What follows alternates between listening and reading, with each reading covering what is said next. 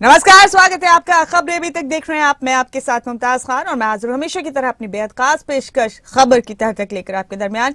इस कार्यक्रम के जरिए हमारा मकसद है हर उस अहम खबर की तह तक पहुंचे जो सीधे आम आदमी के सरोकार से जुड़ी होती है, और इसमें हमारी मदद करते हैं हमारे ब्यूरो चीफ्स, हमारे तमाम सीनियर साथी। आइए शुरुआत करते हैं और सबसे पहले रुक करेंगे हिमाचल।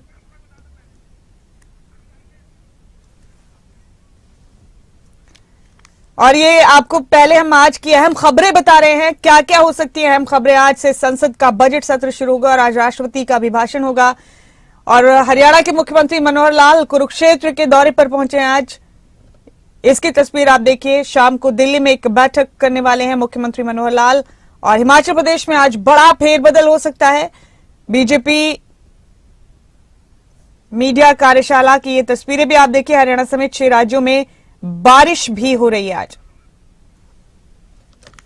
तो आज से संसद का बजट सत्र शुरू हो रहा है। और दूसरी तस्वीर आप देखिए, ट्रेन के जरिए चंडीगढ़ से कुरुक्षेत्र के लिए रवाना हुए मुख्यमंत्री मनोहर लाल आज शाम को दिल्ली में हरियाणा बीजेपी की छोटी टोली बैठक में शामिल होंगे मुख्यमंत्री मनोहर लाल। और हिमाचल में आज बड़ा प्रशासनिक फेरबदल होगा। बीजेपी एक दिवसीय मीडिया कार्यशाला का देहरादून में आयोजन किया गया। और हरियाणा, पंजाब समेत देश के 6 राज्यों में आज बारिश के नजारे। तो आज की अहम खबरें हैं जो इन तस्वीरों के जरिए हम आप तक पहुंचा रहे हैं लगातार। और रुक करेंगे अब हिमाचल प्रदेश का। हिमाचल में आज बड़ा प्रशासनिक फेरबदल होगा। कई जिलों के डीसी और एसपी बदले जाएंगे और 3 साल पूरा कर चुके अधिकारी आज ट्रांसफर कर दिए जाएंगे। चुनाव आयोग ने ट्रांसफर करने के निर्देश दिए। विधायक प्राथमिकता की बैठक के चलते ट्रांसफर्स नहीं हो पाए थे अभी तक। लोकसभा चुनाव के मद्देनजर ये फेरबदल हमेशा किया जाता है। शिमला से हमारे ब्यूरो हेड प्रदीप ठाकुर हमारे साथ इस खबर पर जुड़ चुके हैं।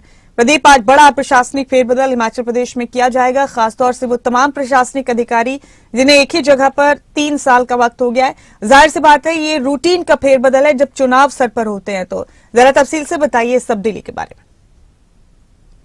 तो देखिए, जब भी कोई चुनाव आते हैं, चाहे वो विधानसभा हो या लोकसभा, उस दौरान तबादले किए जाते हैं और उन अधिकारियों को बदला जाता है जो जिनके पास ज्यादा जिम्मेदारियां रहती है या फिर उन्होंने निर्वाचन अधिकारी के तौर पर काम किया होता है। तो ऐसे में जो चुनावों को देखते हुए एक हम कह सकते हैं कि आज एक बड़ी लंबी लिस्ट जो है ट्रांसफर की निकलने वाली है। और उसमें आईएएस अधिकारी तो बदले ही जाएंगे, लेकिन बड़ा जो फोकस रहेगा वो डीसी एसपी पर रहेगा।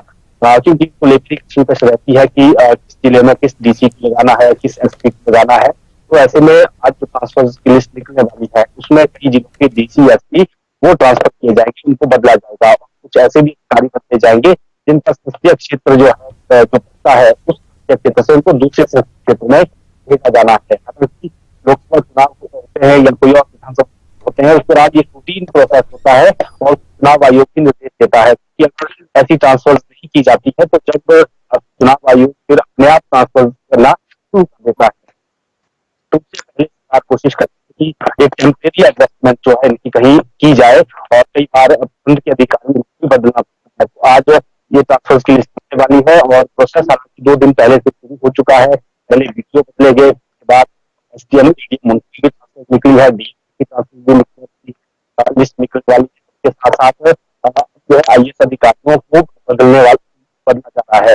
तो अभी लगातार विधायक की बैठक थी, तो ये ट्रांसफर नहीं हो पाई थी। और 31 जनवरी यानी आज शाम तक चुनाव आयोग को सरकार को बता 3 साल करने वाले को बदल किया है। तो हम लिस्ट निकली और देखना होगा कि किस अधिकारी को नई जिम्मेदारी मिलती है, कौन नए डीसी या एसपी जहाँ के अधिकारी बदले जाएंगे। बेहद शुक्रिया प्रदीप आपका इस अहम जानकारी पर तमाम अपडेट देने के लिए। बीजेपी एक दिवसीय मीडिया कार्यशाला का देहरादून में आयोजन किया गया। ये खबर उत्तराखंड से आपको दे रहे हैं। कार्यशाला में प्रदेश के मीडिया और सोशल मीडिया से जुड़े पदाधिकारियों को कैसे पार्टी की नीतियों से जनता को रूबरू करा जाए, इस पर जानकारी दी गई। साथ ही राष्ट्रीय मीडिया प्रभारी अनिल बलूनी और सांसद जफर इस्लाम ने कहा कि कैसे पार्टी को मजबूत किया जाए। कार्यशाला के समापन में मुख्यमंत्री पुष्कर सिंह धामी ने भी शिरकत की। मुख्यमंत्री ने भी मीडिया कार्यशाला में बताया कि उनकी सरकार जनता के लिए जो काम कर रही है उसको जनता तक कैसे पहुंचाया जाए। तो ये खास कार्यक्रम का आयोजन किया गया देहरादून में। हमारे साथी नासिर हुसैन हमारे साथ इस खबर पर जुड़े हुए हैं, उन्हीं का रुख करेंगे। नासिर, बीजेपी की मीडिया वर्कशॉप का आयोजन किया गया, क्या मकसद था इसका, कैसा रहा यह आयोजन, जरा तफसील से बताएं। देखिए, मीडिया कार्यशाला का आयोजन देहरादून में किया गया था क्योंकि लोकसभा चुनाव नजदीक है। ऐसे में भारतीय जनता पार्टी अब अपनी पूरी तरीके से तैयारियों में जुट गई है। सोशल मीडिया और मीडिया के जो जुड़े जो प्रतिनिधि हैं बीजेपी के, उन तमाम को आज इस मीडिया कार्यशाला में बुलाया गया था और साथ ही साथ उनको ट्रेन करने के लिए, क्योंकि कैसे मीडिया से बातचीत करनी है, कैसे सोशल मीडिया पर पार्टी की नीतियों को जनता तक पहुंचाना है, कैसे सरकार जो कामकाज लगातार कर रही है उसको जनता तक पहुंचाना है, इन तमाम चीजों को लेकर के जानकारी देने के लिए दो सांसदों को इसमें बुलाया गया था। इसमें जो राज्यसभा सांसद है अनिल बलूनी और राज्यसभा सांसद है जफर इस्लाम, ये दोनों आए थे क्योंकि ये दोनों लोग मीडिया के तौर पर, क्योंकि राष्ट्रीय मीडिया प्रभारी हैं अनिल बलूनी, उन्होंने जानकारी दी कि कैसे आपको मीडिया के सामने बातचीत करनी है, कैसे जो सरकार की नीतियां हैं उनको जनता तक पहुंचाना है और साथ ही साथ कैसे लोगों सोशल मीडिया और मीडिया के माध्यम से पार्टी के साथ जुड़ना है। इन तमाम तरह की ट्रेनिंग के साथ साथ 4 अलग अलग तरह के सेशंस किए गए जिसमें कहा गया कि मीडिया पर किस तरह की बात करनी है, किस तरह की बातें नहीं करनी है। और साथ ही साथ क्योंकि कई बार ऐसा होता है कि जो लोग सोशल मीडिया से जुड़े रहते हैं, कुछ ऐसे गलत तथ्य प्रकाशित हो जाते हैं, उनको इस तरह के गलत तथ्य प्रकाशित ना हो, पार्टी की छवि खराब ना हो, इन तमाम चीजों की जानकारी इस मीडिया कार्यशाला के माध्यम से दी गई। शुरुआती दौर में जब सेशन शुरू हुआ था तो जो प्रदेश अध्यक्ष महेंद्र भट्ट वो पहुंचे थे शुभारंभ के लिए, और जब सेशन का समापन हुआ तो मुख्यमंत्री पुष्कर सिंह धामी उनका वक्तव्य हुआ। उन्होंने तमाम बातें, जो लोग आए थे तमाम मीडिया और सोशल मीडिया से जुड़े हुए प्रतिनिधि, उन तमाम लोगों से बातचीत की, पार्टी के जो पदाधिकारी थे उनसे बातचीत की और उनको कहा कि कैसे वो जनता के बीच में जाएं और कैसे वो जनता के सामने सरकार की जो नीतियां और रीतियां उनको रखें। तो तमाम जो पूरे दिन भर चली इस मीडिया कार्यशाला में बीजेपी के जितने भी पदाधिकारी थे, जो सोशल मीडिया और मीडिया से जुड़े हुए लोग हैं, उन तमाम लोगों ने शिरकत की थी और इन तमाम लोगों से इस तरह की बातचीत की। लोकसभा चुनाव नजदीक है, ऐसे में लोकसभा चुनाव में कैसे काम करना है, इन तमाम चीजों को लेकर उनकी बातचीत की गई और सबसे उम्मीद यही की गई है कि जो 2024 का लोकसभा चुनाव है उसमें एक बार फिर से पार्टी पांचों लोकसभा सीट जीते, इसके लिए तमाम लोगों को प्रयास करना होगा। शुक्रिया नासिर, आपका इस तमाम अपडेट के लिए बेहद शुक्रिया। और आगे बढ़ते हुए आपको बता दें कि संसद का बजट सत्र आज से शुरू होगा। राष्ट्रपति के संबोधन से सत्र की शुरुआत होगी और वित्त मंत्री निर्मला सीतारमण बजट पेश करेंगी। 1 फरवरी को बजट पेश करेंगी वित्त मंत्री। आज और कल कोई शून्यकाल नहीं होगा, कोई 0 आर नहीं होगा। तो आज संसद का बजट सत्र शुरू होगा और वित्त मंत्री 1 फरवरी को बजट पेश करेंगी। अहम खबर आपको बजट सेशन के हवाले से दे रहे हैं। संसद का बजट सत्र आज से शुरू होगा और कल यानी 1 फरवरी को बजट पेश करेंगी वित्त मंत्री निर्मला सीतारमण। आज अभिभाषण होगा राष्ट्रपति का। हमारे साथ इस खबर पर हमारे पॉलिटिकल एडिटर अनिल मोर जुड़ चुके हैं, सीधे उन्हीं का रुख करेंगे। अनिल, पूरे देश को इंतजार होता है इस वक्त का जबकि बजट सेशन की शुरुआत होती है। कल वित्त मंत्री बजट पेश कर देंगे संसद में, आज राष्ट्रपति का अभिभाषण है। क्या लगता है अनिल, इस बार के बजट को लेकर क्या तवक्को, क्या उम्मीद हो सकती है देश के लोगों को? क्या खास रहने वाला है इस बार के बजट में और सेशन कैसा रहेगा खासतौर पर? इस पर आपके जरिए जरूर अपने दर्शकों को बताना चाहिए।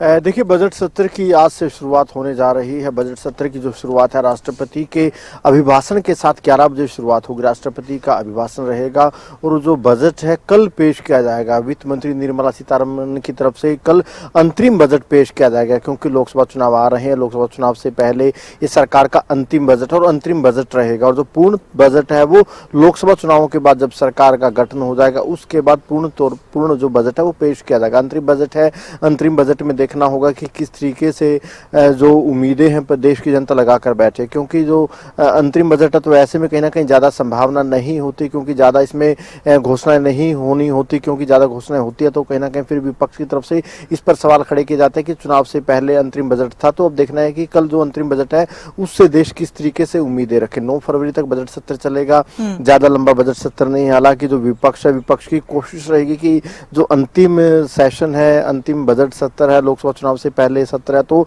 अपनी उपस्थिति दर्ज कराने की। हालांकि सरकार की तरफ से भी, स्पीकर की तरफ से भी उम्मीद की जा रही है कि इस बार जो ये बजट सत्र है शांतिपूर्ण तौर पर हो जाए, क्योंकि जो पिछला सत्र था शीतकालीन उसमें काफी हंगामा देखने को मिला।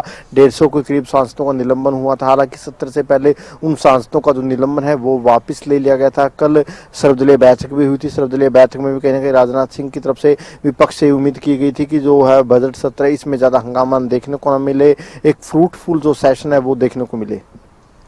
तो जाहिर सी बात है हंगामे के इम्कान तो बने ही रहते हैं। विपक्ष के पास वैसे ही काफी मुद्दे हैं सरकार से सवाल करने के लिए, पर क्योंकि अंतरिम बजट है इस पर ज्यादा तफसील में सरकार भी नहीं जाएगी।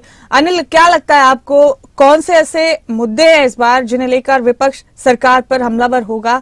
उनमें सबसे अहम कौन से चंद मुद्दे?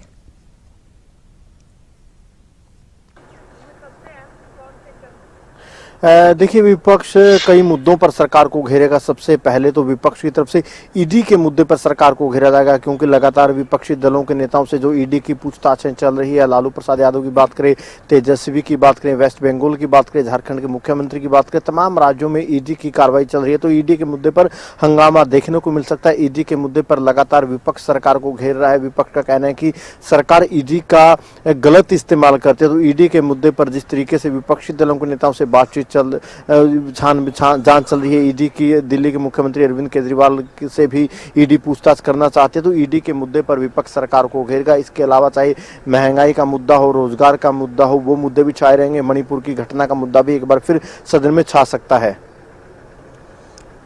माहिरीन का कहना है कि अनिल, क्योंकि चुनावी साल है, जाहिर सी बात है इस बार काफी राहतें आम लोगों को मिल सकती हैं बजट के जरिए।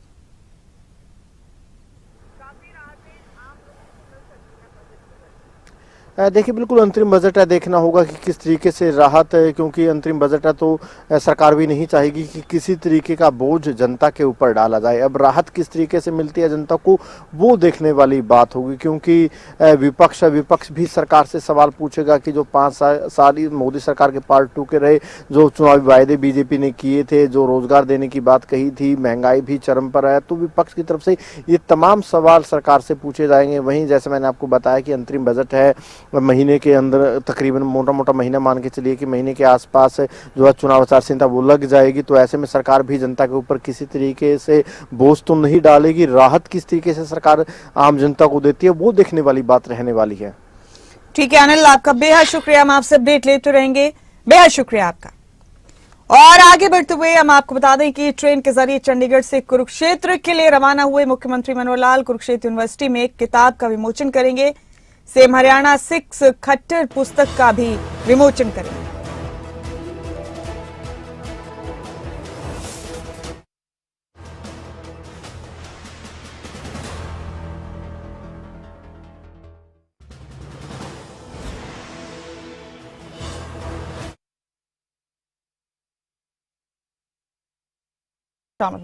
शाम को करनाल से दिल्ली के लिए रवाना हो जाएंगे मुख्यमंत्री मनोहर लाल। तो हरियाणा के मुख्यमंत्री मनोहर लाल चंडीगढ़ से ट्रेन के जरिए कुरुक्षेत्र रवाना हो गए। अनिल मोर हमारे पॉलिटिकल एडिटर हमारे साथ इस खबर पर बने हैं। अनिल, कुरुक्षेत्र पहुंचे मुख्यमंत्री मनोहर लाल और हमेशा की तरह जिस तरह वो ट्रेन का रास्ता इख्तियार करते हैं, इस तरह के सफर करने के लिए उन्होंने फिर से एक बार ट्रेन को ही चुना है अपने गंतव्य तक पहुंचने के लिए। यहाँ एक पुस्तक का विमोचन करेंगे मुख्यमंत्री। उनका पूरा शेड्यूल क्या है आज का, जान सकते हैं अनिल?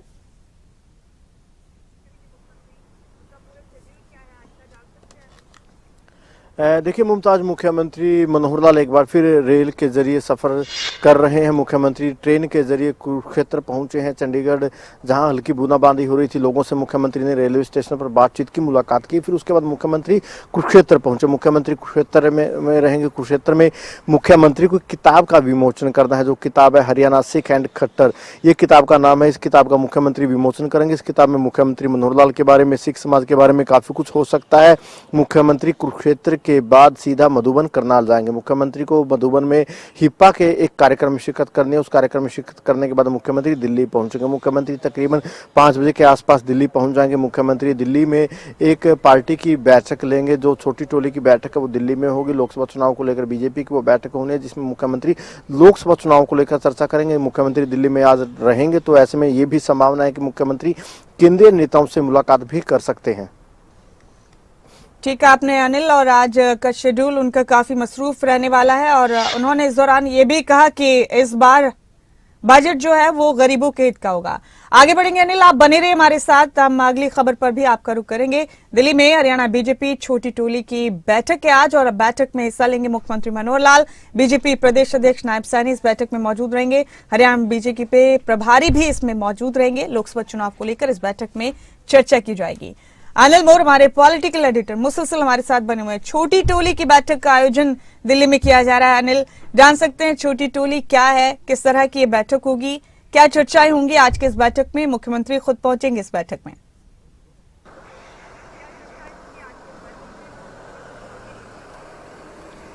देखिए, हरियाणा बीजेपी की एक छोटी टोली है, जिसमें मुख्यमंत्री मनोहर लाल, हरियाणा बीजेपी अध्यक्ष नायब सैनी, बीजेपी प्रदेश प्रभारी विप्लव देव और संगठन मंत्री, ये 4 नेता छोटी टोली में होते हैं। और जो भी महत्वपूर्ण कई चर्चा होती है, छोटी टोली उस बैठक में चर्चा करती है, क्योंकि लोकसभा चुनाव ज्यादा दूर नहीं है।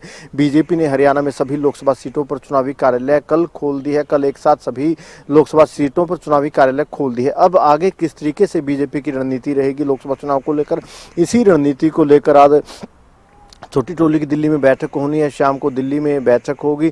इस बैठक में लोकसभा चुनाव को लेकर चर्चा होगी, क्योंकि अब लोकसभा चुनाव ज़्यादा दूर नहीं है। जो चर्चाएं चल रही है कि बीजेपी आलाकमान की तरफ से हफ्ते 10 दिन में कभी भी लोकसभा चुनावों को लेकर पहली सूची जारी की जा सकती है। तो ऐसे में जो आज की बैठक है, इस बैठक में कहीं ना कहीं जो हरियाणा के जो बीजेपी के जो दिग्गज नेता है, लोकसभा चुनाव में हरियाणा से बीजेपी के उम्मीदवार कौन कौन हो सकते हैं, संभावित चेहरे कौन कौन हो सकते हैं, उस पर चर्चा की जा सकती है। राज्यसभा चुनाव भी हरियाणा में एक सीट पर होना है, जो डीपी वत्स की सीट खाली होनी, उस पर भी चर्चा की जा सकती है। जब लोकसभा चुनाव को लेकर मुमताज चर्चा होगी, तो ये भी चर्चा हुई इस बैठक में हो सकती है कि बीजेपी को अकेले चुनाव लड़ने में फायदा है या गठबंधन में चुनाव लड़ने में फायदा। तो कहीं ना कहीं लोकसभा चुनाव को लेकर जितने भी विषय है, चाहे रणनीतिक विषय है, मैनेजमेंट के विषय है, उन सभी विषयों पर आज की बैठक में चर्चा होगी।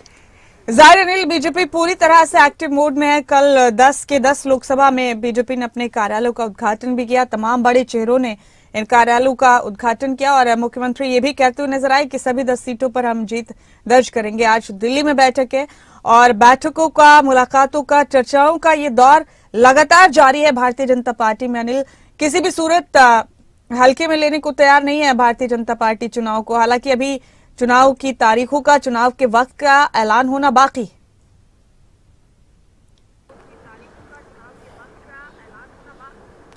देखिए मुमताज, आप भी हरियाणा की देश की राजनीति को बखूबी समझते हैं। बीजेपी की जो चुनावी तैयारी होती है, विपक्षी दलों से काफ़ी एक्स्ट्रा एडवांस तैयारी बीजेपी की होती है। हरियाणा का एग्जांपल ले लीजिए, बीजेपी की तरफ से सभी 10 के 10 लोकसभा सीटों में जो चुनावी कार्यालय है वो खोल दिए गए हैं। हालांकि अभी तक चुनाव की घोषणा नहीं हुई है। मुख्यमंत्री मनोहर लाल ने कल ही कहा था, और आज भी मीडिया से बातचीत में कहा है कि जैसे ही हमने लोकसभा सीटों के लिए चुनावी कार्यालय खोले, तो हमने हरियाणा में एक तरीके से चुनावी बिगुल फूंक दिया, यानी सत्ताधारी दल बीजेपी ने चुनावी बिगुल फूंक दिया है। और आज बीजेपी की दिल्ली में बैठक भी होने, यानी बीजेपी जो लोकसभा चुनाव की तैयारियों को लेकर जो भी एडवांस कदम होते हैं वो उठा लेकर चलती है। बीजेपी के जो तमाम कार्यकर्ता नेता है, वो चलो गांव की और उनको चुनावी कार्यक्रम में, उन कार्यक्रमों में व्यस्त रखा हुआ। तमाम नेता गांवों में कार्यक्रम कर रहे हैं, वो भी बीजेपी का एक कार्यक्रम चल रहे हैं। बीजेपी की तरफ से विकसित भारत संकल्प यात्रा पूरे प्रदेश में की जा चुकी है। तो बीजेपी की तैयारियां पूरी है। इंतजार किया जा रहा है कि कब लोकसभा चुनाव की घोषणा हो। जैसा मैंने आपको बताया कि जल्दी ही बीजेपी की तरफ से लोकसभा सीटों को लेकर पहली सूची जारी कर दी जाएगी।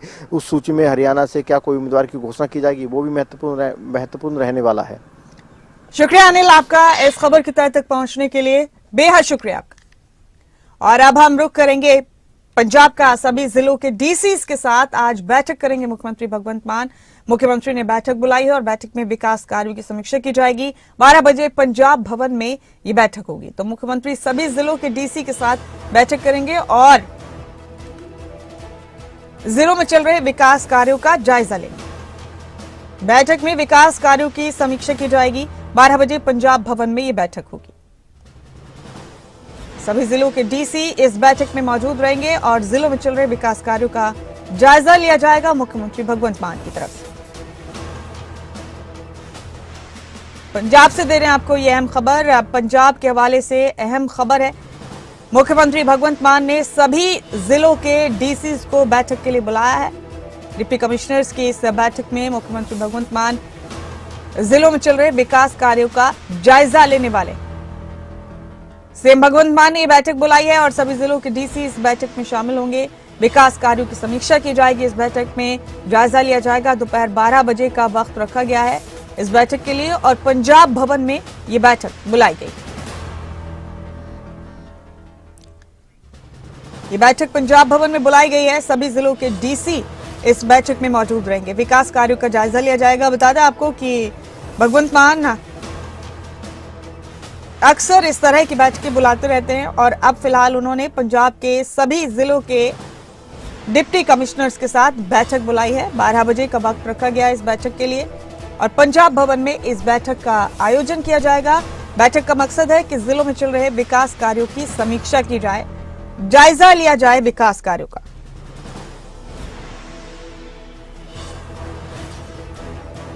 सभी जिलों के डीसी मौजूद रहेंगे इस बैठक में।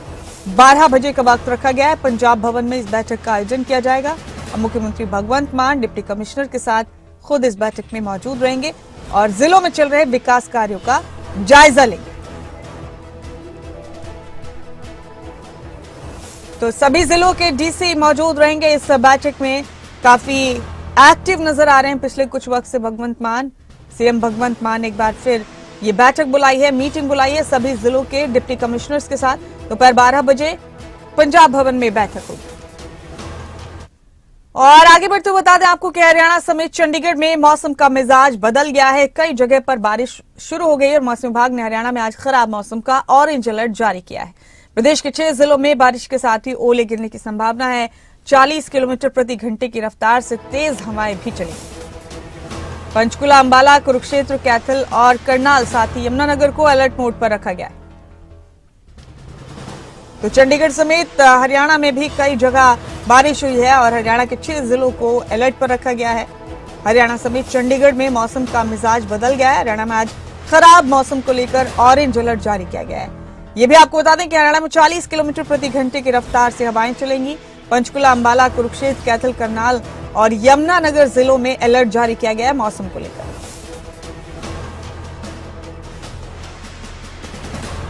चंडीगढ़ में भी आज सुबह मौसम का मिजाज बदल गया, बारिश हुई और हरियाणा में भी 40 किलोमीटर प्रति घंटे की रफ्तार से तेज हवाएं चलने का अंदेशा जताया मौसम विभाग ने। हरियाणा के 6 जिलों में अलर्ट भी जारी किया गया है।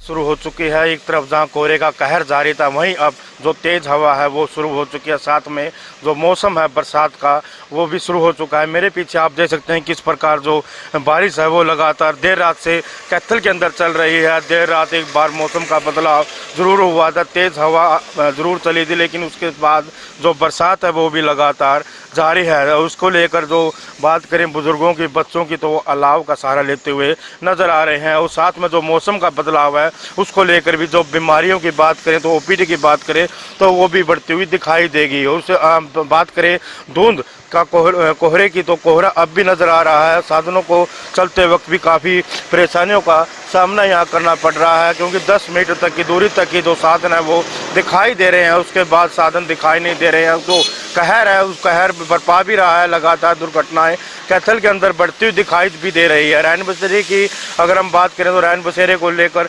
लगातार अधिकारियों द्वारा या बड़े अधिकारियों द्वारा लगातार जायजे वहां पर लिए जा रहे हैं, जब वहां पर लगातार जांच पड़ताल लगातार की जा रही है कि जो भी बाहर से या बात करें दूर दराज से, शहर से या प्रवासी लोग या यात्री वहां पर पहुंच रहे हैं तो उनको के लिए वहां पर क्या कुछ सुविधाएं दी जा रही है, तो उसको लेकर सभी तैयारियां पूरी हो चुकी है। और लगातार जो कोहरे का कहर है वो बरपा ही रहा था एक हफ्ते से, लेकिन आज देर रात से तो जो बारिश है वो भी उसने भी अपना जलवा जारी किया है और मौसम जो है कैथल का बदलाव शुरू हो चुका है। कैथल कैमरामैन पवन किछाने के साथ मनोज मलिक, खबरें अभी तक। हरसिमरत पाल मेरे साथ बनी हुई हैं, उनका भी रुख करेंगे। हरसिमरत, चंडीगढ़ में भी मौसम का मिजाज बदल गया है, हरियाणा के भी कई जिलों में मौसम में तब्दीली आई है। चंडीगढ़ में बताइए क्या सूरत हाल है हरसिमरत, बारिश हुई और टेम्परेचर कैसा है?